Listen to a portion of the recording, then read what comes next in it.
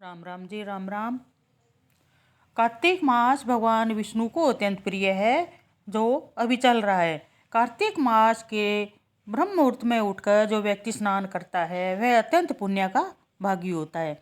और नहाने वाले पानी में अगर थोड़ा सा गंगा जल मिला लिया जाए तो घर पर ही गंगा स्नान हो जाता है। और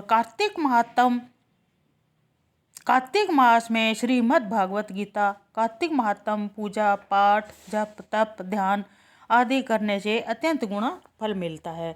इसमें तुलसी पूजन और तुलसी विवाह का विशेष महत्व बताया गया है और दीपदान का भी बहुत अधिक महत्व है। बोलो विष्णु भगवान की जय। कार्तिक महात्म का 22वां अध्याय शुरू। गण बोले, एक समय विष्णुदास नित्य कर्म कर रहा था, तब उसका बनाया हुआ भोजन जो रखा था कोई मनुष्य चुरा ले गया। भोजन वहां न देखकर दोबारा भोजन बनाने में देरी होने के भय से सायंकाल की पूजा कर ली और भोजन नहीं बनाया।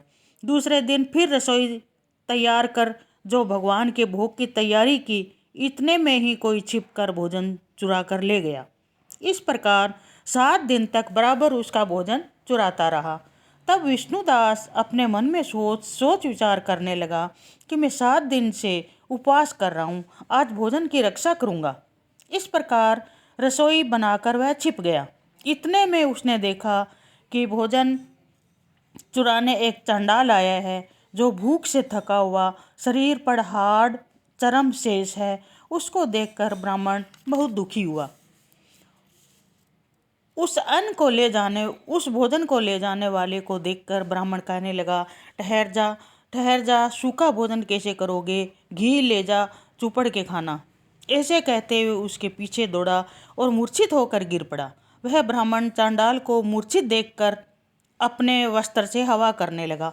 तब वह चांडाल उठकर खड़ा हुआ तो विष्णुदास ने उसे शंख चक्र गदा पद्मधारी भगवान विष्णु के रूप में देखा। उनको देखकर उनकी स्तुति और नमस्कार भी नहीं कर पाया। इसी समय इंद्रादि 33 कोटि देवता वहां आए। गंधर्व और अप्सराएं नृत्य करने लगी। वह स्थान सैकड़ों विमानों से, देवता और ऋषिगणों से भर गया। सब गाने और बजाने लगे। तब विष्णु भगवान सतोगुणी अपने भक्त को छाती से लगाकर अपनी समान रूपता देव से बैकुंठ को ले गए। सुंदर विमान में बैठे हुए विष्णु के समीप जाते हुए ब्राह्मण को दिशा युक्त चोल राजा ने देखा।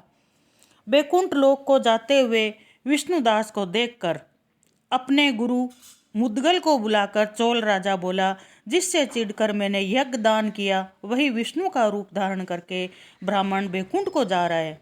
दीक्षा लेकर मैंने इस वैष्णव क्षेत्र में यज्ञ किया और दान आदि से ब्राह्मणों की कामना पूरी की, परंतु आज तक भी विष्णु मुझसे प्रसन्न क्यों नहीं हुए। ब्राह्मण की भक्ति से प्रसन्न होकर भगवान ने उसको साक्षात दर्शन दिया। फिर चोल यज्ञशाला में जाकर अग्नि के सामने खड़े होकर विष्णु से प्रार्थना करने लगा, हे विष्णु, मुझे मन, वाणी और शरीर से स्थिर भक्ति करने का वर दो। यह कहकर सबके देखते देखते राजा अग्नि में कूद पड़ा। तब मुद्गल ने क्रोध से अपनी चोटी उखाड़ ली। तभी से उसके गोत्र में मुद्गल शिखाहीन होते हैं। तभी अग्नि से प्रकट हुए भक्त वत्सल भगवान राजा को आलिंगन करके सुंदर विमान में चढ़ा लिया और अपना स्वरूप देकर उसको देवताओं समेत बैकुंठ को ले गए। उस समय का विष्णुदास अब पुण्यशील हो गया और जो चोल राजा है सो सुशील हो गया। ये समानता पाने वाले दोनों भगवान के द्वारपाल हो विष्णु लोक में वास करने लगे। 22वां अध्याय समाप्त।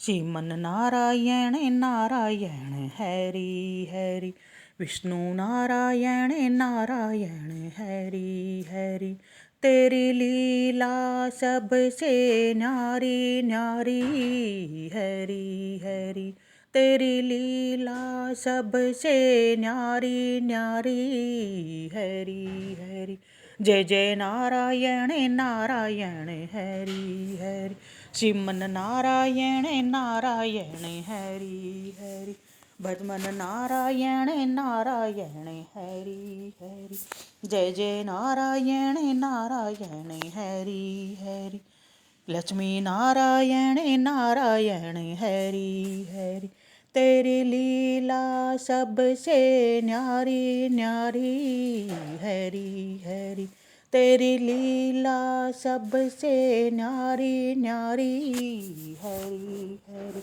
जय जय नारायण नारायण हरि हरि, श्रीमन नारायण नारायण हरि हरि, भजमन नारायण नारायण हरि हरि। बोलो विष्णु भगवान की जय।